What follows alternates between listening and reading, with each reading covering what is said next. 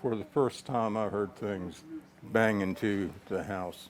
I mean, at that level, there were flying objects in the air that were hitting the house. But we have whole houses that are gone that are in the Gulf of Mexico. I've had water under the house, maybe 2 foot, 3 foot, but that's a rare occasion. So when they start talking about category 2, 3, or whatever, and 12 to 15 foot surge, yeah, okay.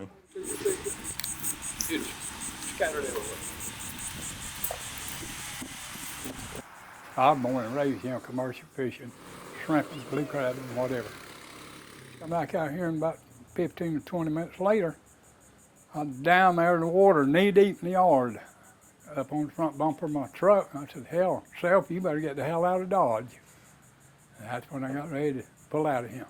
Everything I had in there, the walls blowed out, the furniture all soaked and messed up. You gonna be able to save your house at all? He's had it.